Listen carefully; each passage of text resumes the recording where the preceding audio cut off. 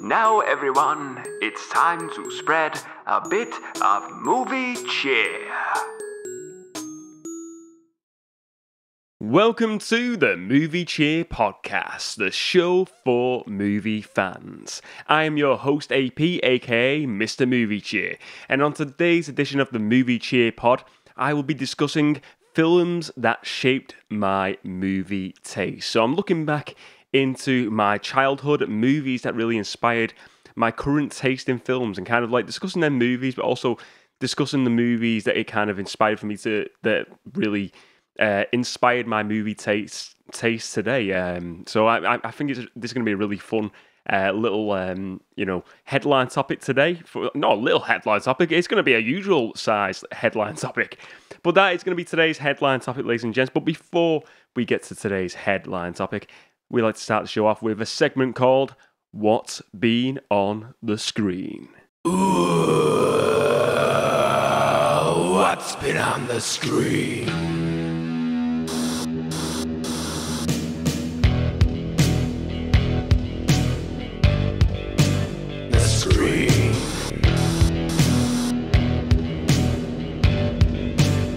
What's been on the screen?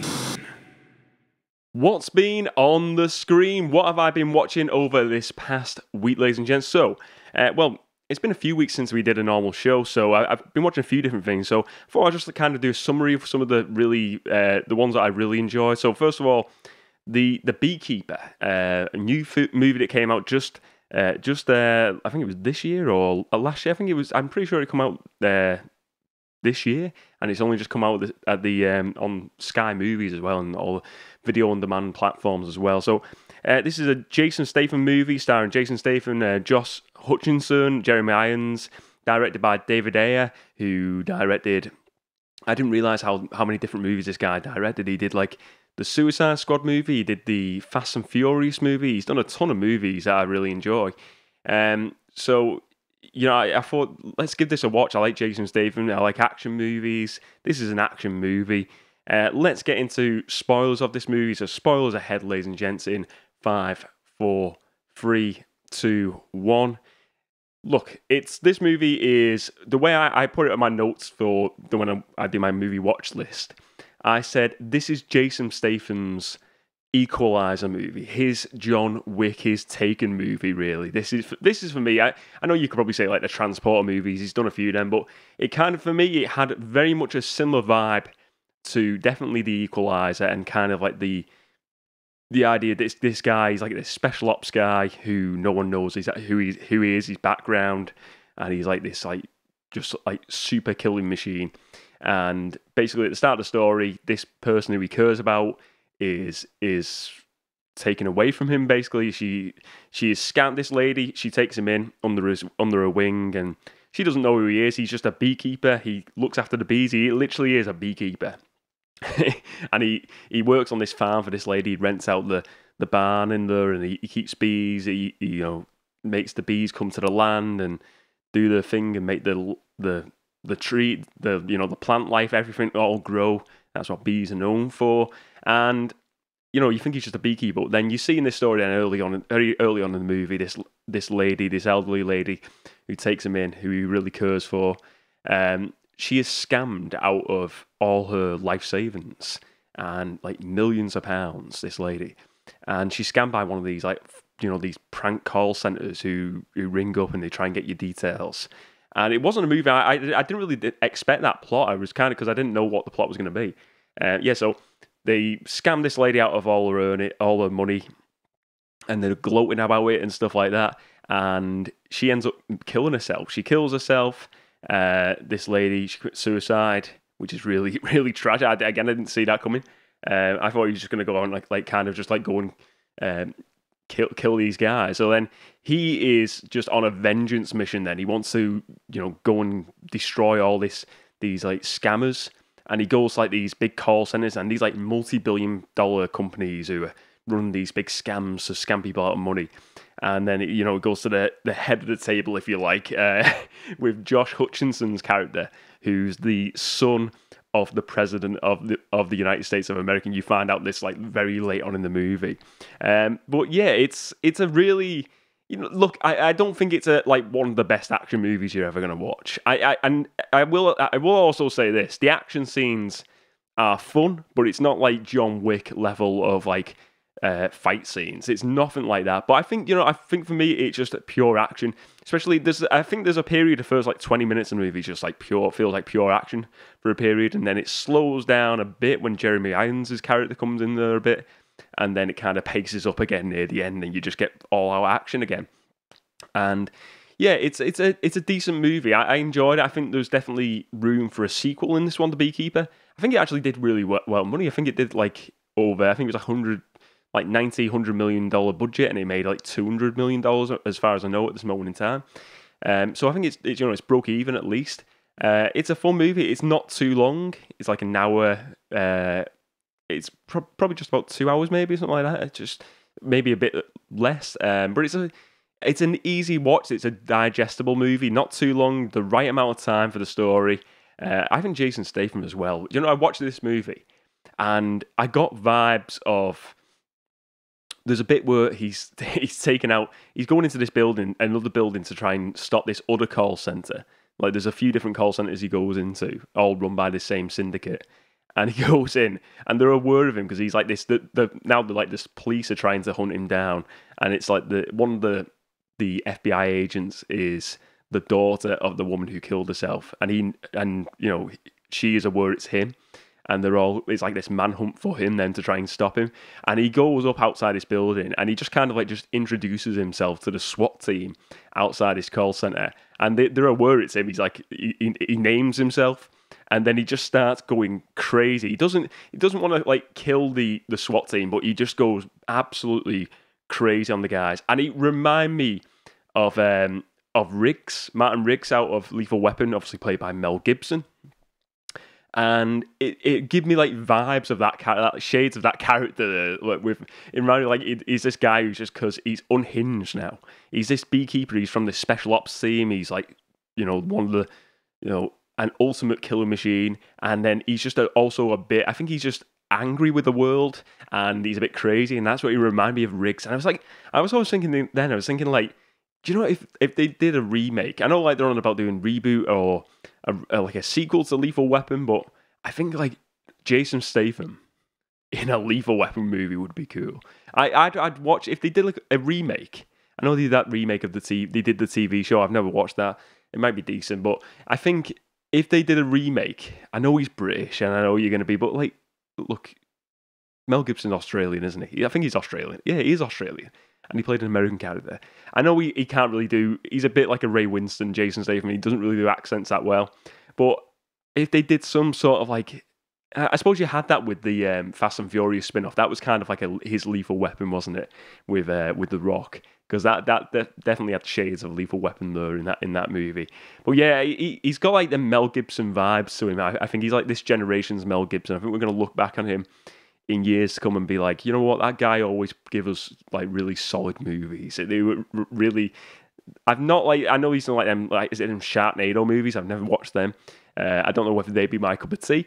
But this, just in regards to action movies, every action movie I've watched him in, I've enjoyed. I've never not enjoyed his movies. I've seen him in. So I think he's a really. I don't think he's underrated because I think people are well aware who Jason Statham is. I think he's an established actor. He's in some big franchises. But I do think he's like, when you compare him to other actors, I think maybe he's just overlooked sometimes by other actors.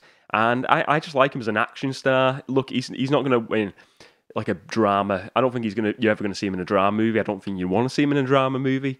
Like in some sort of like romance movie at all. I think for me, he is just like, like Arnie, he was superb in doing action movies. I know he could do comedy as well, but Jason Statham also feels like he can do comedy as well. You remember him like in The Italian Job, he could do that. In Mean Machine, he could do that as well, dropping that bit of comedy in there as well. But yeah, The Beekeeper, I think if you're looking for an all-out action movie, if you like movies like The Equalizer, if you like movies like John Wick, Taken, I think The Beekeeper is going to be right up your street. Well worth checking out. Jason Statham at his best, just doing pure action. Now, let's move on to another movie I've been watching this past weekend. I'm a big fan of watching animated movies before I go to sleep. I just like to watch animation movies. I always find them quite chilled out. If you know them sort of, they're not too heavy to plot lines. I'm talking about like family animated movies. You know, your Pixar's, your DreamWorks, your Disney's, them sort of things.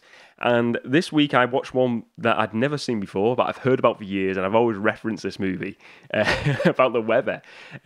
Cloudy with a Chance of Meatballs, 2009 release. The cast of this, the voice cast is quite something. I mean, there's you got Bill Hader in there, Ann Faris, Mr. T's in there. There's a whole host of great voice actors in there for this movie, but yeah. Cloudy with a Chance of Meatballs. It's basically this story of this inventor called Flint Lockwood. He wants to be this great inventor, but he's not really. He's just everyone looks at him as this weirdo, and he's in this. It's on this little island that used to sell sardines, and the sardine companies go out of business, and there's nothing going for this island he lives on, his home island, and basically he invents this device that can change water into any type of food, and then it starts like creating like cheeseburgers, and then he shoots it inadvertently shoots it into the sky, and then it uses like the rain and the moisture of the sky, and then it starts like raining burgers, raining hot dogs. And at first the town love him, they think he's a hero to the town, and then something happens where there's a fault with the machine, and then it starts producing even bigger pieces of food. So like it gets like these huge hot dogs, huge burgers, huge loads of ice cream, and then eventually it happens where it impacts the town, in the case where you get a tornado of of spaghetti, a tornado of spaghetti and meatballs, and then this like machine turns into this like big sort of like alien sort of creature, and he's got to go up and destroy the machine and destroy this to save his town, to save the island he lives on. And it's a really fun movie. It's one, like I said, one I've heard about quite a few times. Apparently, it's based on a book. There is a sequel to it as well. There's a sequel that I started watching the other night, but I fell asleep watching. Not that it was bad. It's just I was just absolutely really whacked out. I was really tired. So, but yeah, it was a fun movie. It had vibes of, I would say, and I've read this online. Honey, I Shrunk the Kids. It had them sort of vibes to it. It's really, but it's like the inventor. You think of like Doc out of Back to the Future as well. It's kind of got them vibes. I think Honey, I Shrunk the Kids is really a good sort of like similarity. Is that the right word? I think I've mispronounced that word. You can compare it to Honey, I Shrunk the Kids. It's got them vibes to this movie. But yeah, really fun movie. I didn't realise as well, this was directed by Phil Lord and Christopher Miller. So these guys went on to they've done like the Lego movie. They did the first animated Spider-Man movie, Into the Spider-Verse. They actually did they got booted out of the Han Solo movie when they did that. They filmed a lot of that halfway through production. Kathleen Kennedy decided they weren't right for the movie, and then they ended up getting Ron Howard in the movie instead, directing. But they shot a lot of that stuff for that movie. It would have been interesting to see what their Solo movie was. I like that movie, but I think it would have been cool to see, because I think they're a really good directing duo. But I think they have kind of like got I think they're good at animated movies. I think this is where, with the Lego movie, the Spider-Man, this one, really, really good animated movies. And I think the animation style reminds me a bit of like Wreck-It Ralph as well, which I liked. You've got this like, as well, the villain of the piece is really the town mayor, who he just loves eating the food, and he's trying to get more visitors into the island. And you see him in the end. He's not like kind of like a bad villain. He's just like a greedy. He just wants more food and more power. And he's just kind of like a silly villain, really. He's not like a bad, nasty sort of villain. But it's I thought it was a fun movie, fun animated movie. I've watched it a few times since. I've actually really enjoyed it, if I'm being honest. But yeah, Cloudy with a Chance of Meatballs, well worth checking out. And finally, I'm just going to get to the final one I want to talk about today. I'm going to really touch upon this really briefly, because I don't want to get too much, because I don't want to be down on this movie. But Iron Claw, released last year, the wrestling movie based on the tragic story of the Von Erich family, the Von Erich curse, if you like. And it follows Zac Efron as Kevin Von Erich. You've got Jeremy Allen White as Kerry Von Erich, the Texas Tornado. And, the story of this family is, if you don't know it, basically this family, all different family members, it was like a bunch of brothers, and they all tragically lost a lot of them lost their lives. I think it was only Kevin who's still alive now. And basically, there was death, from suicide, from overdosing, and just some really bad events, some really bad illnesses and stuff like that. And I want to say, look, I think it was a really well done movie, this Iron Claw, and I've heard a lot of people saying really great things about this. I'm going to be honest though, I love wrestling. I love wrestling. I was really pumped to see this movie. I'll be honest, this is not a movie I don't feel like, maybe I will in the future, but I don't feel like this is a movie I could watch again. Because I think it was really well done, because it's such a sad movie to watch. And I went in knowing what to expect, but I kind of went out watching it, and by the end I was like, this is kind of like sucked my energy out a bit. I found it really, really sad of a movie. It was, well, what I can say, I agree with people when they say it was really well made. Great, not a good story, but a well-told story of this, it's a biopic. I thought it was well told. I thought you really got an insight of what was going on with the characters. But yeah, just a very genuinely sad movie. I think if you're going into that movie to watch it, I think if you don't want to watch a movie that is very very sad, very draining, I would say I wouldn't go in and watch this movie. But if you're into your biopics, if you understand you're going to go in and see that sort of movie, it's a well-made movie, great cinematography. Great acting in it. I thought Zac Efron was really good as Kevin Von Erich. It's a good movie, but just not a movie that I could watch again, because it was really draining, I felt like, and you could really feel like the tragedy of that family, what they were suffering at that time with all like the deaths in the family. And I love wrestling movie. I kind of like really did remind me a lot of the movie The Wrestler that came out with a few years back. That was a solid movie. And again, kind of a lot with that. I think, I don't know if my feelings were quite exactly the same. I think I probably could watch that again now.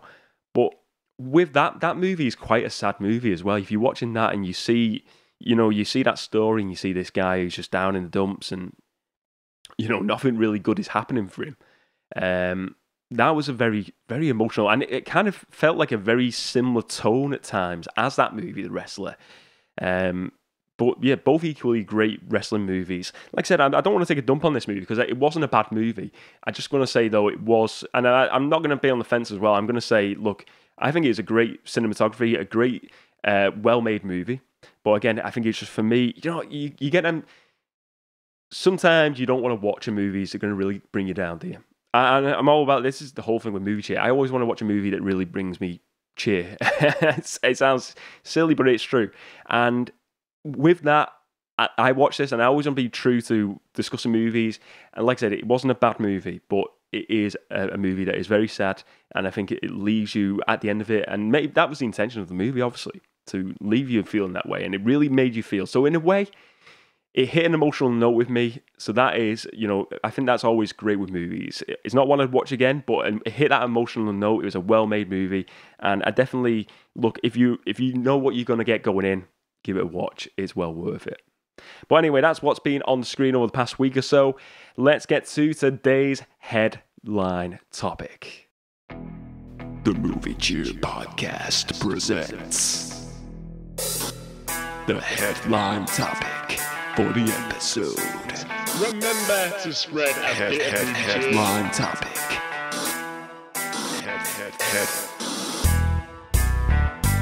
Headline topic. Remember to spread a bit of movie cheer.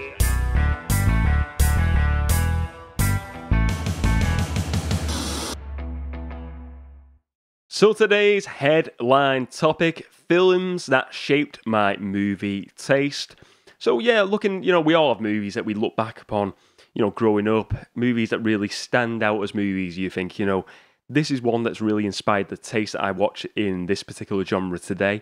Now, I feel like for me, this is going to be definitely a round 2, a round 3 sort of video, because there's so many different genres that I really enjoy, and so many movies I can look back on and say, this is a movie that I really look back on to inspired my interest in this particular genre of films.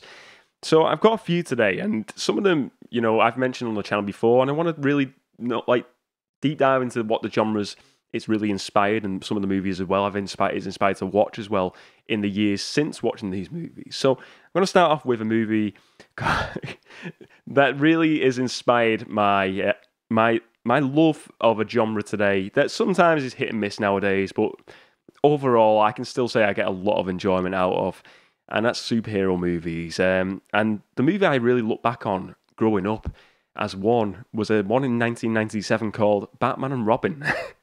The George Clooney movie, George Clooney, Chris O'Donnell, Arnold Schwarzenegger as Mr. Freeze, obviously Clooney as Batman, Bruce Wayne, Chris O'Donnell as Robin, Uma Thurman as Poison Ivy. This movie, 1997, Joel Schumacher directed. This is a movie, I get it, it is absolutely cheesy nowadays. If you look back on Batman and Robin now, it is the cheese fest. It's nothing like the Batman movie, the Christian Bale trilogy that we all really loved and enjoyed. This is night and day compared to them. But this is a movie that I really, I watched like the 89 Batman growing up as well, and Batman Forever, and the Superman movies. But for me, I always think back to Batman and Robin. I don't know why it is. I think it's one that I probably watched the most growing up at the time, 1997. And I remember getting that. I don't know if I watched it at the cinema, but I remember getting it on VHS and just really enjoying that movie. I think the big draw for me back then as well in 1997 was I was a huge Arnie fan. I still am to this day. And for me, I was really a big fan of your Total Recalls. Arnie in the 90s was, prime. That was his era.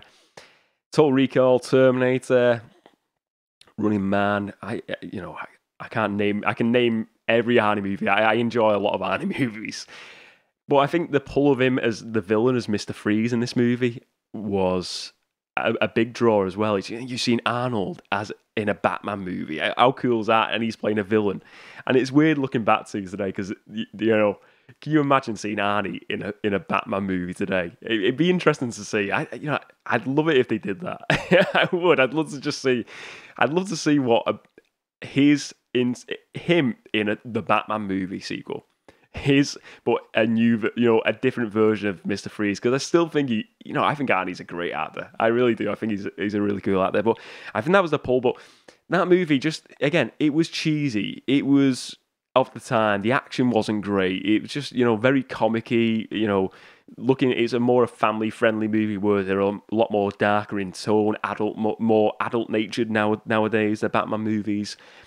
But yeah, that really inspired my movie taste, and going into what it's inspired now is, my love of like I said it's hit and miss. The MCU, it's had a few bad movies over the past few years. It's not been as good as it has been, but the MCU, you can't knock it. As a franchise of movies, it's still great. And if you look what they've done up to the, Endgame and Infinity War, them movies were superb and they were really enjoyable, apart from Iron Man 3.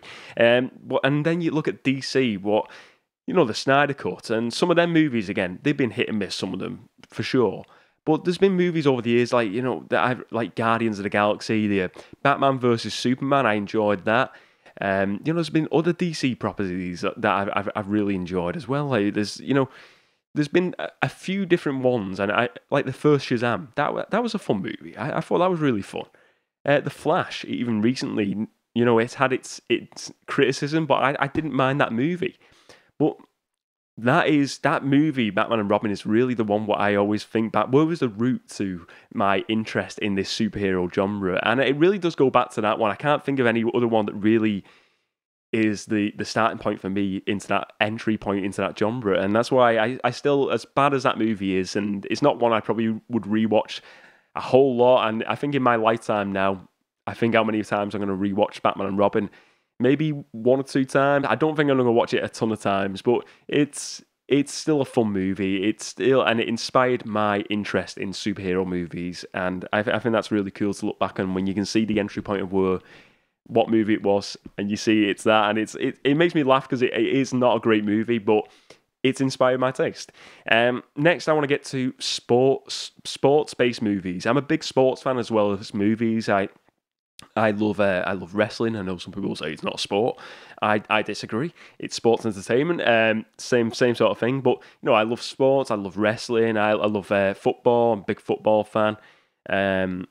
I like I enjoy a bit of boxing. I'm one of these people. You put me in. I watch golf. If you put me in front of a TV, I've always got Sky Sports News on. It's Sky Sports News or a YouTube or a movie. That's for me. But yeah, I've always enjoyed sports-based movies. And I was thinking back, what was the movie that really inspired my taste? And these are fictional sports-based movies, also non-fictional. So really, I go back to one. There's a few different ones I could have chosen here. But I think it's got to be Rocky. 1976 movie.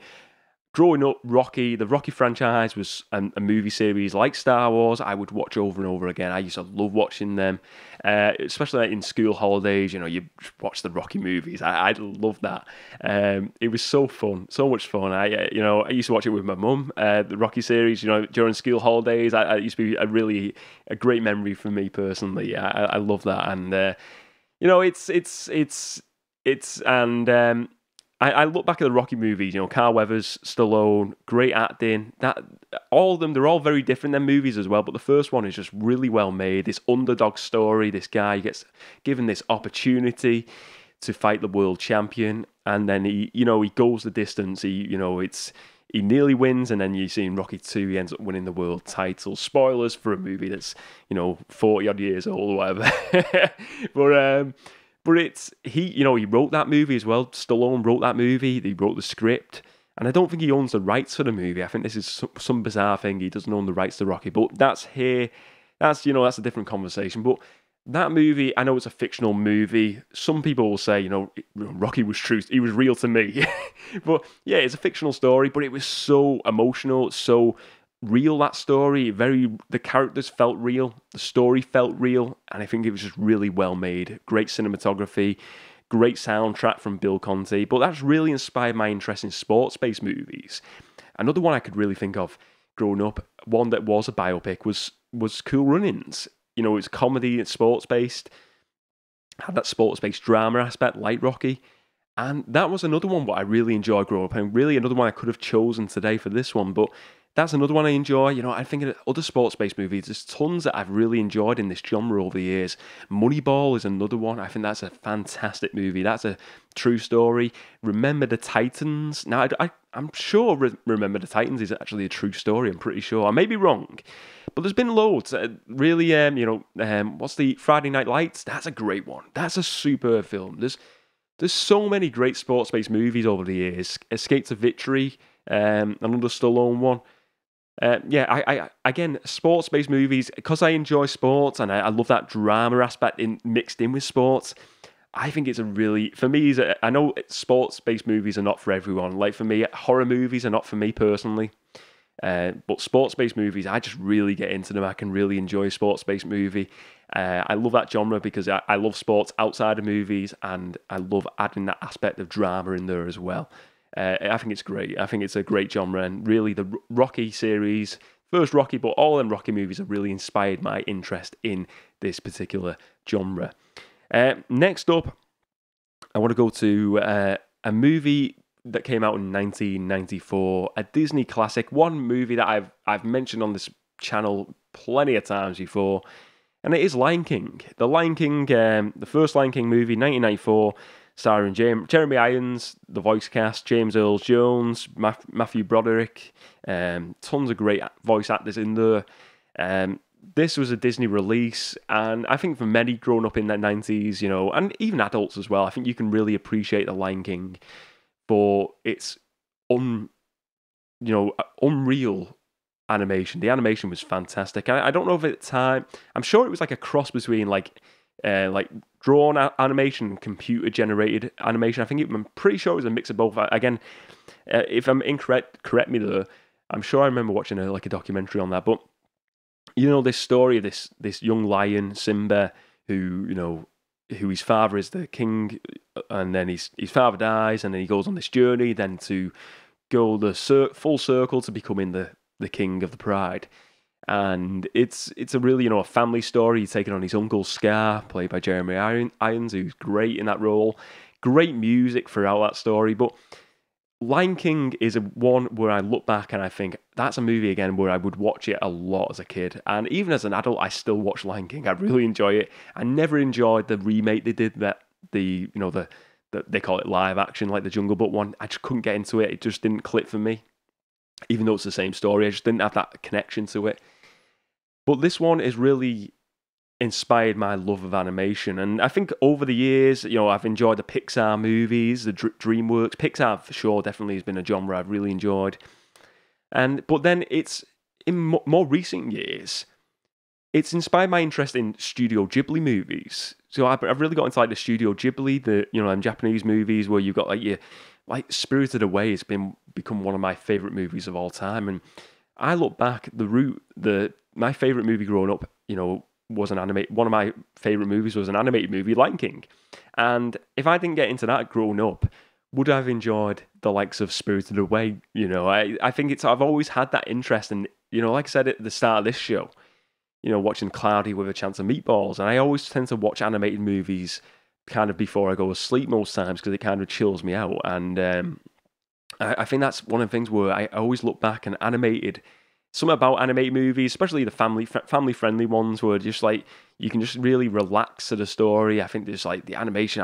I'm always amazed by animation as well, just like the skill in animation, and even that's like maybe enjoy as well over the years. Animated cartoons as well, like Family Guy, your Rick and Morty, your Simpsons. I think it's always grown from that love of the Lion King movie, and like I said, the Studio Ghibli movies is there's a lot of them movies out there that I've not watched yet, but I'm slowly going through them movies and really enjoying animation. And again, I think that love of animation started at that early age, and for me, it's always going to be there now. I really enjoy animated movies. I think as an adult, there's some great animated movies for adults as well. You don't have to just watch like them Disney classics anymore. You can watch. There's so much choice, and especially physical media plus streaming. I think Netflix is great for animated movies. I think all the Studio Ghibli stuff is on Netflix. There's tons of animated shows as well. Loads of anime. I mean, anime as well is. I've never really got into like Dragon Ball and stuff like that, but I know there's tons of stuff like that out there similar to Dragon Ball Z that people really love, and that is another genre, another side of anime and animation that I've not really got into as of yet, but at some point I will. But yeah, for me, Lion King 1994 it's the one that really inspired my interest and my love of animated movies. I think it's a great movie, and still to this day, you can watch it back. It's not aged. It's perfect. It's perfect cinema for me. Finally, I want to get onto my final inspiration of movies that shaped my movie taste, and this one is like for sci-fi, science fiction, but science fiction action movies, I would say more so, and it is Starship Troopers, 1997. I would have been about 6 or 7 when this movie came out, I suppose. And it is fantastic. Starship Troopers is a movie directed by Paul Verhoeven, an excellent score by Basil Podorus. Paul Verhoeven, he's obviously well known for doing RoboCop as well, another great sci-fi action movie. He did Total Recall. He's done loads of great movies over the years, Paul Verhoeven. We had a cast of Casper Van Dien, Denise Richards, Neil Patrick Harris, among many more. And it's basically this movie. If you never watched it, it's like this army of humans taking on these bugs on these alien planets, and they're going around. It's all space weapons, space suits, and it's just like outrageous, just over the top action. It's a bit, it's kind of like an action. There's a lot of comedy in there as well. Action, comedy, science fiction. And I wouldn't say it was a full-on comedy. I think there's just like glimpses of comedy moments, haha moments, but it's more of a science fiction action movie. But this is one I used to watch a lot growing up. I remember watching it, having the VHS, a movie I would watch over and over again. And this is a movie, though, it's weirdly that I had like a big pause of watching this from childhood to adulthood, and I only really recently watched it over the past couple of years again. After years of not watching it, I don't know why, because I really did enjoy it growing up. I think it's just one of the movies maybe I thought if I go back to, it's probably not aged that well. I watched it back like over the past few years, and probably hadn't watched it in about maybe 10, 15 years. I watched it back, and I was like, this movie is not. It's still great. It's not aged. It's still a great movie. It's still fantastic. The action is great. The science fiction aspect of it is great. I love them. You see the ships in space. It looks, I think it's all practical effects. I'm pretty sure they look fantastic when they go to the alien planets. The CGI of the aliens isn't actually. I still think it holds up personally. I think it's not that bad, comparable to stuff like the Star Wars movies at the time. So I think it's really well done. I think it lives up to it. But yeah, it's a great movie. But that really, that inspired my interest then in years to come to watch movies like your Aliens movies, your Oblivion, your Tom Cruise stuff like Edge of Tomorrow, them sort of science fiction action movies. Aliens is another good one. I think Aliens is very comparable to Starship Troopers in a way, a lot of the similar themes to it. But yeah, Starship Troopers really did inspire my interest in this genre, and there's so many other great science fiction action movies of the time, Total Recall as well that I really enjoyed, another Paul Verhoeven movie. Again, that is one I could have easily chosen, but I always think back, and Starship Troopers is just one I just really took to as a kid and really enjoyed. And like I said, to this day, it's really grown my interest. I never watched horror movies growing up. I wasn't into horror, and to this day, I'm not into horror. And I think it shows. I think it goes to show the movies you watch growing up really do inspire that interest in movies what you watch today. And I thought this would have been I hope you've enjoyed this topic, really. I do. I hope you enjoyed it, because I've enjoyed exploring this topic, and really just because I really do.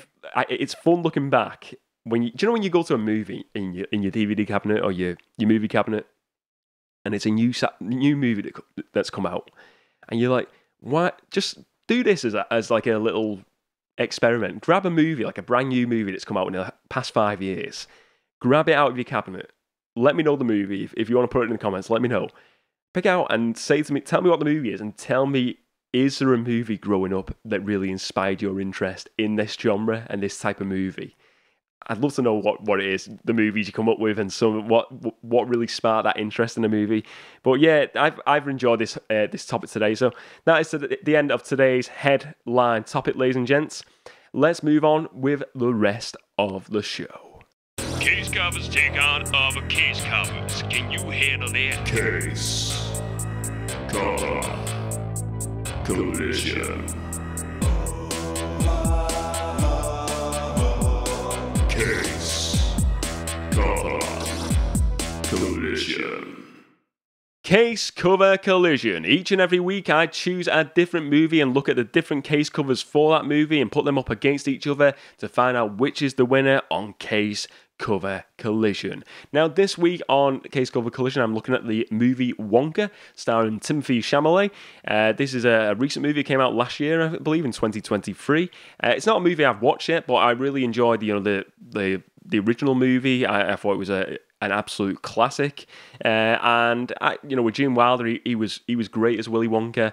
The Johnny Depp movie, I don't think it's awful. I don't think it's a bad movie. It just doesn't really do it for me personally. It's not one I'd probably go out my way to watch. If it was my choice, it would be the original. I think the music in the original is just amazing. It's a great soundtrack, great musical, and yeah, just a really good, enjoyable movie that you can really just sit down and just chill out to and really enjoy. I love that world that was really built in that first movie, in that chocolate factory. I think it was brilliant. But I'm really looking forward to it. I'm going to get around to watching this movie. It's one I'm really looking forward to watching eventually. But yeah, there's a few case covers I want to look at here. We got the DVD, we got the Blu-ray, and we got an Amazon 4K Steelbook as well to look at. So first of all, we're going to look at the DVD cover. You got Timothée Chalamet on the front cover. A mid shot of him, he's kind of looks like he's at the circus presenting. He's got his arms sort of in a presenting mode. He's got like a stick in the background. He's got, I think he's like, is it an egg or something, or is that like a one of the golden goose eggs or something. Because I've not seen this movie yet. He's got something that's floating in his hand, so maybe that's something to do. Maybe I'm going to be looking back later and thinking, oh, that was so obvious. It was an Easter egg from the original movie or something. But the background here is a orange, really flamboyant orange and yellow background, like a gradient. The orange is in the outskirts, and then it goes into yellow right behind Timothée Chalamet. He's got the full Wonka attire here, the hat, the purple pink suit, which looks great. Very different colours though from the original Gene Wilder suit, isn't it? It's like, because his suit's more purpley, this is more like pink, I would say, burgundy. And he's got like this scarf, really cool looking clothes. I think he really does look the part for Willy Wonka. And I think he's a really talented actor as well, this guy. His name's at the top as well, Timothée Chalamet, so he's taking, the headline duty on this movie. And yeah, it's a great looking cover. I think it really, you got the Wonka, classic Wonka text in like this gold writing here, gold colour across the chest of Timothée Chalamet. I like this cover. I think it's really bright for what this movie is. This is going to be a family movie. It's bright. It looks happy. It looks joyful, this cover. I really like it. I think it's a really nice set of colours here, what they've used for this as well. I think it's really good. I think it's really appealing, this cover. Sure, they could have done some more. They could have added a bit more in the background. But hang on, is the background meant to symbolise the gold from the golden tickets, maybe? Is that where it's to symbolise? Like, is that like a golden ticket potentially in the background? Or sort of, maybe I'm thinking too much into it, but I like it. I do like it. I think it's, I think the colour scheme is kind of taken from that, the golden ticket sort of thing. I like it. I think it's a really well-made cover. So that's the DVD cover for Wonka. Now let's look at the Blu-ray cover. So this is the standard Blu-ray cover. And it's a lot of a very different cover, this one, the Blu-ray. Timothée Chalamet, a bit more of a long shot of him now. He's got his hands on top of each other, holding his little walking stick. The same attire he's wearing, a different colour scheme though. It's rather than oranges and yellows, it's very much the pink, the pinks and blues in this one, very much pink colours, matching the attire of his suit. And you've got the Oompa Loompas in there, you've got... what's his face? I can't think of his name. Who's playing the Oompa Loompa now in this movie? It's going to come to me. His name, the guy out of About a Boy and stuff like that. Yeah, it'll come to me. The British guy. It's Notting Hill. I can't think of his name, but he's playing the Oompa Loompa. You got the young actress in the background who's obviously, I think she's meant to be pivotal in this story as well with Wonka. I don't know the character's name because I've not seen the movie, but it's great. This looks like more of a look inside the chocolate factory. All the bright looking colour schemes, all the sweets, the big sweets, the lollipops, the plants that you can eat. It looks, and then you've got a Union Jack in the background because it's this British story as well, this British book by Roald Dahl. There's people floating in the background, other characters. I think this is great. I think it's so much more appealing than the first cover. Even the first cover was nice. It's just more. It's the same text. Timothée Chalamet across the top in white small text, and then the same logo in the same position again in the middle of the screen. But this cover is just more bright. It's more colourful. You look at it and you think that's more like a Wonka movie cover. That's a Willy Wonka. It's a Charlie and the Chocolate Factory. It's just. That is the cover. That's what you think of Wonka. You see it, and it's just this guy who looks a bit mysterious, but then you see all these weird things around, these weird, peculiar, an Oompa Loompa, these weird, sweets, these large plants, and it looks great. It looks bright. It looks really great. And so far for me, the Blu-ray cover is winning through. So the Blu-ray is much better than the DVD standard cover that I like. I think you can probably get this on. I don't know if you can get this on. There's a DVD version as well, but it's a great cover. I love this Blu-ray cover. Fantastic. Let's move on to the final case cover here, and this is the 4K Steelbook Amazon exclusive as well. And this is again, this is the background is very again. They went for 3 different covers here, which I really like. I like variety here. First of all, it's a close-up shot of Timothée Chalamet. He's like nodding his hat to the audience, looking straight into the camera, one hand on the hat, looking ahead. And in the background, it's kind of like the it looks like the mixture of the sweets. It's a pink color, a dark pink color, and it goes into like it's like a gradient. It goes light in the inside, and it goes to a dark, dark pink in the background into a black color. And you've got behind the hat, it's the same font, but a different color. It's the Wonka in white this time, and his name looks a slight bit larger above that, Timothée Chalamet. But it looks like it's like mixing of the sweets, mixing of like some of the chocolate, maybe some of the ingredients it's all swirling. It's like a swirled color. It's like it's all swirled together, and I like it. Again, it's like the colours of the Wonka bars. I think that's the colour scheme here very much. The Wonka bars from the original movie, they were like that sort of like dark pink back colour. I think that's the kind of colour and the vibe they've went for this cover here on this one. So I really like this. Again, it's very simple, very minimalist cover, but I think it works because you see it's got a bit of more of a vintage feel, this cover, definitely. I like it. I think it's a really solid cover. I really do like this one. So which one is the winner of this week's case cover collision? I like the 4K. I actually like the DVD as well. But for me, the best cover is that Blu-ray cover. I think it's really bright. It's just really inviting for audiences. You see it down in a movie shop. It looks like a cover you would want in your collection. It's a great looking cover, well made, well presented for the audience. That Blu-ray cover is bright, it's flamboyant, it's vibrant. It's everything I think this movie probably is going to be, and I like it. And yeah, so the winner of this week's case cover collision is the Willy Wonka, not the Wonka, it's the Wonka Blu-ray cover. Now let's move on to the Amazon Top 10. The Amazon Top 10 is approaching. Prepare yourself. 10, 9, 8, 7, 6, 5, 4, 3, 2, 1. The Amazon Top 10 has arrived.